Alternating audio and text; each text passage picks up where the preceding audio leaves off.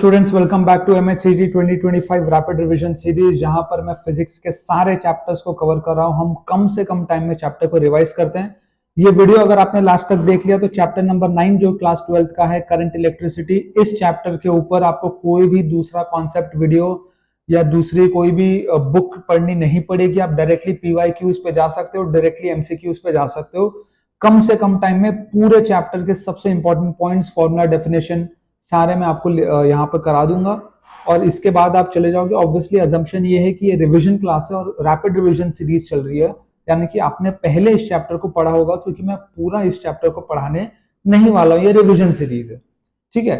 और please video को last तक जरूर देखें। हो सके तो बीच में आप दोबारा देख लो, थोड़ा पॉज करके देख लो, स्लो करके देख लो, लेकिन ये एक वीडियो अगर आपने अच्छे से देख लिया तो आई एम श्योर आपका ये चैप्टर हो जाएगा, ठीक है। करंट इलेक्ट्रिसिटी में हम तीन मेजर चीजों की बात करते हैं। किरचॉफ्स के दो लॉ हैं, फिर गैल्वेनोमीटर आता है जिसके अलग अलग एप्लीकेशंस हम देखते हैं, और लास्ट में थर्मल इलेक्ट्रिसिटी का एक छोटा सा पार्ट है, ठीक है। तो किरचॉफ के करंट लॉ और वोल्टेज लॉ को तो हम आगे पढ़ेंगे। बेसिकली सर्किट्स में काम आते हैं, हम कैसे कुछ कैलकुलेट कर सके। अगर कोई करंट का वैल्यू हमको जानना है, कोई वोल्टेज का वैल्यू हमको जानना है, तो वो वहां से हो जाता है। गैल्वेनोमीटर क्या होता है? It is an electrochemical device that is used to measure electric current. अब गैल्वेनोमीटर होता तो करंट मेजर करने के लिए, लेकिन उसमें अलग अलग टाइप के, जैसे शंट रेजिस्टेंस लगा दिया, कुछ और लगा दिया, उसको एक अलग डिवाइस भी बनाया जा सकता है।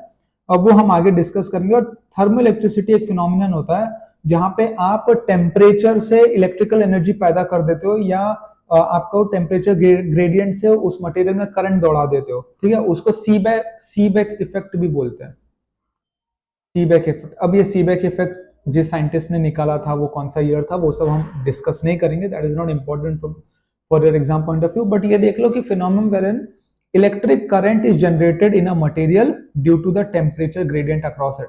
तो उस मटेरियल में मैं जैसे टेम्परेचर देता हूं, उसके अंदर से इलेक्ट्रिक करंट पैदा हो जाता है। वो कैसा होता है?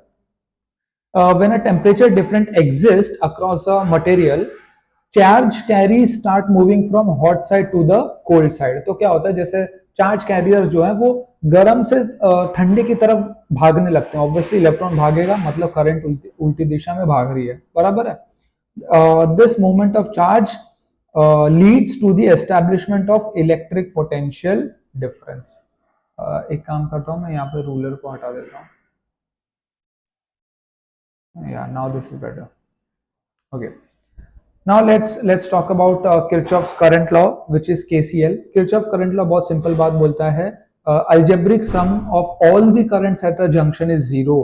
मतलब इस जंक्शन पे जितने भी करंट आ रहे हैं, जा रहे हैं, सबका जो सम है वो क्या है? जीरो है। मतलब summation of all the current is zero. अब इसमें आपको गलतियां कहाँ होती है? साइन कन्वेंशन में हो जाती है। तो देखो, इस जंक्शन में I1 और I3 जंक्शन पे आ रहे हैं, ठीक है। इसको मैं ऐसा भी लिख सकता हूं, I1 plus I3 minus I2 minus I4 is equal to zero. ये भी तो लिख सकता हूं ना। और एक्चुअली में लॉ तो यही कहता है कि समेशन क्या करना है? जीरो करना है। तो I1 I3 पॉजिटिव क्यों है? क्योंकि वो जंक्शन पे आ रहे हैं। I2 I4 क्या? जंक्शन से जा रहे हैं। तो जो जा रहा है वो नेगेटिव हो जाता है, जो करंट आ रहा है वो पॉजिटिव हो जाता है। वोल्टेज लॉ बहुत सिंपल है, algebraic sum of potential difference, जो कि समेशन होता है करंट और रेजिस्टेंस का, in a closed loop is zero. EMF और उसका अलजेब्रिक सम जीरो होता है। तो summation of I R plus EMF is zero. यहाँ पे आपको मिल जाएगा EMF is equal to I R. अभी व्हीटस्टोन ब्रिज है, ठीक है। ये एक सेटिंग है अलग अलग रेजिस्टेंस का और इसका। व्हीटस्टोन ब्रिज को बैलेंस तब माना जाता है जब आईजी जीरो हो जाए। आईजी जीरो हो जाए मतलब गैल्वेनोमीटर से कोई भी करंट पास ना हो, और उसका बैलेंसिंग कंडीशन क्या है? P by Q is equal to R by S. तो ये आप याद कर लो, ये इंपॉर्टेंट भी है। व्हीटस्टोन ब्रिज का बैलेंसिंग कंडीशन क्या है? P by Q is equal to R by S. मतलब आप देखो, ये P है ना आपका, यहाँ पे P है, यहाँ पे Q है, यहाँ पे R है, यहाँ पे S है, ओके। फिर आता है मीटर ब्रिज। मीटर ब्रिज बहुत अच्छा कॉन्सेप्ट है, सिंपल कॉन्सेप्ट। ये मैं आपको बता देता हूँ कि अननोन रेजिस्टेंस को मेजर करता है। वो किसी भी कंडक्टर का अननोन रेजिस्टेंस है तो उसको मेजर करता है। प्रिंसिपल क्या है? When a constant current flows through the wire, जब एक वायर में से कांस्टेंट करंट बह रहा है, तो the potential difference across any point on the bridge is directly proportional to its distance from the end of the wire.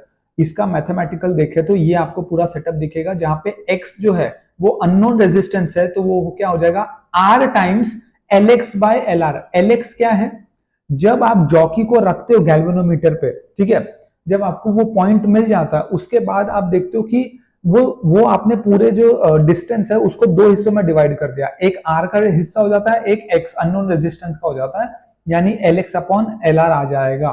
ठीक है, यहाँ पे नीचे देखो, नीचे क्या किया इन्होंने, इसको 100 माइनस एल कर दिया, इसको एल कर दिया, तो वही लिखा है, चाहे Lx बाय Lr लिखो चाहे 100 माइनस एल अपॉन एल लिखो, कन्वेंशन ठीक है, बट आपको कॉन्सेप्ट समझ में आना चाहिए कि x is equal to R times x वाला डिस्टेंस अपॉन नॉन रेजिस्टेंस का डिस्टेंस, ये होता है मीटर ब्रिज।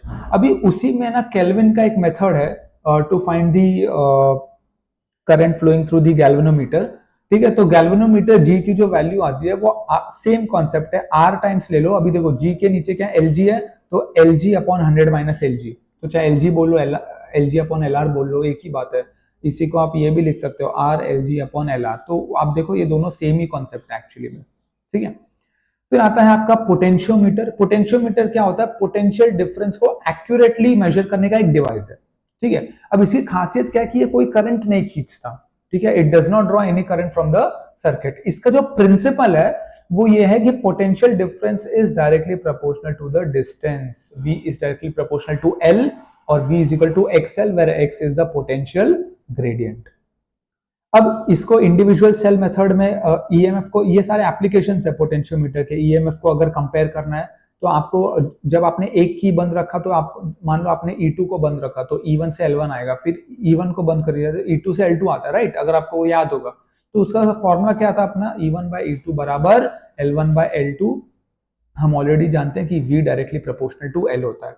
ठीक है, इंटरनल रेजिस्टेंस निकालना है तो वो क्या हो जाएगा, R is equal to L1 माइनस L2 upon L2 times R, capital R।